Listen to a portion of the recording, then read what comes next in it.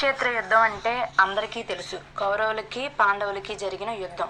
ఈ యుద్ధంలో అభిమన్యుడు పద్మవ్యూహంలోకి ఎలా వెళ్ళి మరణించాడో మనం ఇప్పుడు తెలుసుకుందాం. కురుక్షేత్ర యుద్ధం జరుగుతున్న సమయంలో ఒకరోజు అర్జునుడు బయట యుద్ధం చేయవలసి వస్తుంది. అలాంటి సమయాన్ని అదునుగా చేసుకుని కౌరవ సైన్యంలో సేనాధిపతి అయిన ద్రోణాచార్యుడు పద్మవ్యూహాన్ని పన్నుతాడు. సేనాధిపతి లక్షణం ఏంటి? తన సైన్యాన్ని నిలబెట్టుకోగలగాలి, ఇతరుల సైన్యాన్ని ధ్వంసం చేయాలి. అలాంటి సేనాధిపతి అయిన ద్రోణాచార్యుడు తన తెలివితేటలను ఉపయోగించి పాండవులకి ఎవరికి పద్మవ్యూహంలోనికి వెళ్ళడం కానీ రావడం కానీ తెలియదని తెలుసుకున్న ద్రోణాచార్యుడు అర్జునుడు లేని సమయంలో పద్మవ్యూహాన్ని పన్నుతాడు. అప్పుడు పాండవులు మిగిలిన నలుగురు అంటే ధర్మరాజు, భీముడు, నకులుడు, సహదేవులతో సహా కృష్ణుడు కూడా అర్జునుడు లేని సమయంలో ఈ ద్రోణాచార్యుడు ఈ పద్మవ్యూహాన్ని పన్నాడు. దీన్ని మనం ఎలా ఛేదించాలి అని కలవరపడతారు. అప్పుడే కృష్ణుడికి పాండవులకి అభిమన్యుడు గుర్తుకొస్తాడు. ఈ అభిమన్యుడు ఎవరంటే సుభద్రాదేవి అర్జునుల యొక్క కుమారుడు. ఈ అభిమన్యుడు సుభద్రాదేవి గర్భంలో ఉన్నప్పుడు ఈ పద్మవ్యూహంలోనికి ఎలా వెళ్ళాలో నేర్చుకుంటాడు. అది ఎలాగంటే, ఒకసారి అర్జునుడు పద్మవ్యూహంలోనికి ఎలా వెళ్ళాలో సుభద్రాదేవికి వివరిస్తాడంట. ఆ వివరించే సమయానికి ఆవిడ ఈ అభిమన్యుణ్ణి కడుపులో మోస్తూ ఉంటుందట. ఈ అభిమన్యుడు కడుపులోనే తన తల్లి దగ్గర నుంచి తన తండ్రి చెప్తున్నప్పుడు పద్మవ్యూహంలోనికి ఎలా వెళ్ళాలో నేర్చుకుంటాడు. అయితే ఈ విషయం గుర్తుకు వచ్చిన ఈ పాండవులు ఆ సమయానికి అభిమన్యుని అక్కడికి తీసుకువచ్చి పద్మవ్యూహంలోనికి వెళ్ళమని చెప్తారు. పద్మవ్యూహంలోనికి వెళ్ళడానికి అభిమన్యుడు నిరాకరించకుండా, నేను చిన్నపిల్లాడినని భయపడకుండా నా తండ్రి పరువు నిలబెడతాను అని చెప్పి వెళ్తానని ఒప్పుకుంటాడు. పద్మవ్యూహంలోనికి అభిమన్యుడు వెళ్ళిపోతాడు. నేను పద్మవ్యూహాన్ని ఛేదిస్తున్నాను, నా వెనకాల మా పెదనాన్నలు, బాబాయిలు, మొత్తం పాండవ సైన్యం అంతా నన్ను వచ్చి రక్షిస్తారనే నమ్మకంతో అభిమన్యుడు పద్మవ్యూహంలోనికి వెళ్ళిపోతాడు. ధర్మరాజు, భీముడు, నకులుడు, సహదేవుడు, కృష్ణుడు వీళ్ళందరూ కూడా వెనక ఆ వ్యూహంలోనికి వెళ్ళేలోపు అక్కడికి సైంధవుడు వచ్చి అడ్డుకుంటాడు. సైంధవుడు పాండవ సైన్యాన్ని, పాండవుల్ని ఎవరిని పద్మవ్యూహంలోనికి వెళ్లకుండా ఆపేస్తాడు. ఒక పక్కేమో అభిమన్యుడు తన వాళ్ళు వచ్చి తనను రక్షిస్తారు, పద్మవ్యూహంలోనికి నేను వెళ్ళి యుద్ధం చేస్తానని వెళ్ళిపోతుంటాడు. వెనక వీళ్ళని సైంధవుడు ఆపేస్తాడు. అయితే ధర్మరాజుని, భీముణ్ణి వీళ్ళని ఎవరినైనా ఆపగలమా లేదా అనుకోవచ్చు.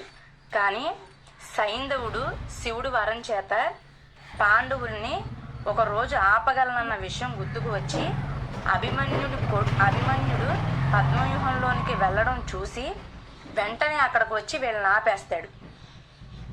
సైంధవుడి రథచక్రానికి ఉన్న శీల కూడా పడిపోకుండా, ఆ రథానికి ఉన్న జెండా కూడా ఊడకుండా ఆ రోజు పాండవ సైన్యాన్ని, పాండవుల్ని మొత్తం అందరినీ పద్మవ్యూహంలోనికి వెళ్లకుండా ఆపుతాడు. దీనికి గల కారణం అతనికి శివుడిచ్చిన వరం. ఏంటి ఆ వరం అంటే, అర్జున్ని కాకుండా మిగిలిన నలుగురు పాండవుల్ని కూడా యుద్ధంలో ఒకరోజు ఆపగలవు అనే వరాన్ని శివుడు ఈ సైంధవుడికి ఇస్తాడు.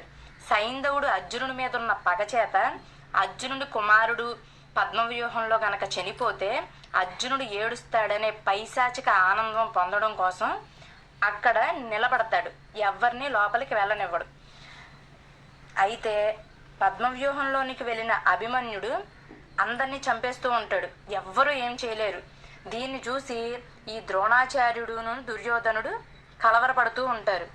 దుర్యోధనుడు ద్రోణాచార్యుని అడుగుతారు, నీకు అన్నీ తెలిసిన వాడివి ఆచార్య, మనమేమో పద్మవ్యూహంలోకి అర్జునుడు లేడు కాబట్టి ధర్మరాజు కానీ, భీముడు కానీ, నకులుడు కానీ, సహదేవుడు కానీ వీళ్ళలో ఎవరైనా వచ్చి చిక్కుకుంటారు, ఒకళ్ళు చనిపోతారు అని అనుకున్నాం. కానీ అభిమన్యుడు వచ్చాడు లోపలికి, పిల్లవాడు కదా వీడేం చేస్తాడు అనుకున్నాం. కానీ వీడు అందరినీ చీల్చి చెండాడేస్తున్నాడు, వీడిని ఎలా ఆపడం అని అడుగుతాడు. అప్పుడు ద్రోణాచార్యుడు, నేను కర్ణుడికి కవచధారణ అనే విద్యను నేర్పాను. బహుశా కర్ణుడు తన కొడుకుకి నేర్పించవచ్చు అని చెప్తాడు. ఈ కవచధారణ విద్య తన దగ్గర ఉన్నంతసేపు ఇక్కడున్న సైనికులే కాదు, సాక్షాత్తు ఇంద్రదేవుడు దిగి వచ్చినా కానీ ఇతన్ని చేయలేరు అని చెప్తాడు. చెప్పిన తర్వాత దుర్యోధనుడు మరి దీనికి మార్గం ఏమీ లేదా అని అడుగుతాడు. అప్పుడు ద్రోణాచార్యుడు తనకున్న విల్లును గనక విరక్కొడితే కవచధారణ విద్య పనిచేయదు, దాంతో తేలికగా అభిమన్యుడిని మనం మట్టు పెట్టవచ్చని చెప్తాడు. చెప్పిన తర్వాత వీళ్ళ మాటలు విని కర్ణుడు ఏం చేస్తాడు, ఇంకా ఏ మార్గం లేక ఈ అభిమన్యుడిని ఓడించలేక అభిమన్యుడు వల్ల మొత్తం సైన్యం అంతా చనిపోయేటట్టుంది, సైన్యం కోల్పోవలసి వచ్చే పరిస్థితి వస్తుంది కాబట్టి వేరే మార్గం ఏమీ లేక ధర్మం కాదని తెలిసిన ఓడిపోయినట్లు నటించి దూరంగా వెళ్ళిపోతున్నట్లు నటించి అభిమన్యుని వెనక్కి చేరి అభిమన్యుడు చూడకుండా బాణం వేసి అభిమన్యుని యొక్క విల్లుని వింటినారిని విరగొట్టేస్తారు. విలువిద్య అంటే ఏంటి, ఎదురుగా వచ్చి బాణాలతో యుద్ధం చేయడం. కానీ ధర్మం తప్పి కర్ణుడు అభిమన్యుడు చూడకుండా బాణం వేసి అభిమన్యుని యొక్క వింటినారిని తెగేలా చేస్తాడు. చేసిన తర్వాత అక్కడ కవచధారణ విద్య అనేది అక్కడతో అభిమన్యుడి దగ్గర ఉండదు. ఇప్పుడు అభిమన్యుడిని చంపేయచ్చు. ఇలా వింటినారిని తెగ్గొట్టడం దూరం నుంచి చూసిన ద్రోణాచార్యుడు ఏం చేస్తాడంటే వెంటనే తన బాణాలను వేసి తన 2 గుర్రాలని పడిపోయేలా చేస్తాడు. ద్రోణాచార్యుడు ఎప్పుడైతే బాణాన్ని సంధిస్తాడో తన 2 గుర్రాలు కూడా చనిపోతాయి. తర్వాత కృపాచార్యుడు తన రథసారథిని బాణం సంధించి చంపేస్తాడు. రథసారథి, గుర్రాలు, తర్వాత ఈ కవచధారణ విడిపోవటం ఇదంతా కన్ను మూసి కన్ను తెరిచేలోపు జరిగిపోతుంది. అశ్వత్థామ, శకుని, కృతవర్మ, బాహులికుడు అనే నలుగురు 4 వైపుల నుంచి వచ్చేసేసి అభిమన్యుడి మీద బాణాన్ని సంధించేస్తారు.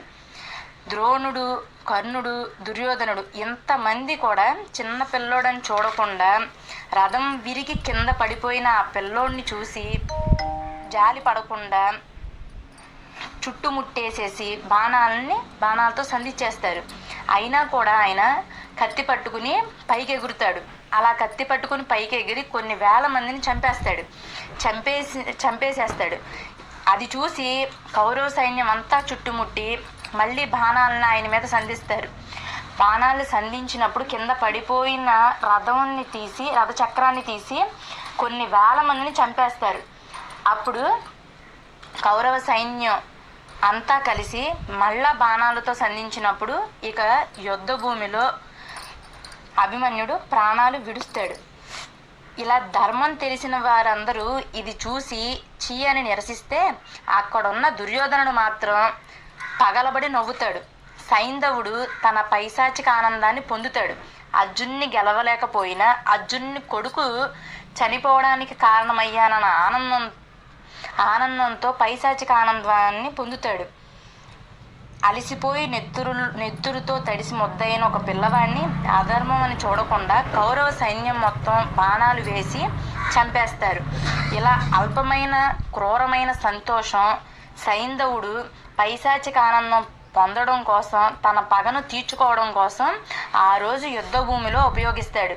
అలా అల్పంగా ఆలోచించే వాళ్ళు చరిత్రలో చిరకాలం అపకీర్తి పాలవుతారు. ఇలా ఎందుకు అన్నామంటే మనం ఏదైనా పని చేసేటప్పుడు ఆ పని చెడిపోయిన దానికి ఎవరైనా కారణం అయితే గనక మనం సైంధవుళ్ళ అడ్డుపట్టాడరా ఈ పనికి అని అంటాం వాడుకలో. ఈ పదం ఇలా వచ్చిందనమాట. యుద్ధంలో సైంధవుడు చేసిన పని వల్ల మనం ఇప్పుడు నానుడిగా ఇది వాడుతూ ఉంటాం. యుగాలు మారినా చరిత్రలు మారినా ఇలా చేసిన వాళ్ళు అపకీర్తి పాలవుతారని ఇది ఒక ఉదాహరణ.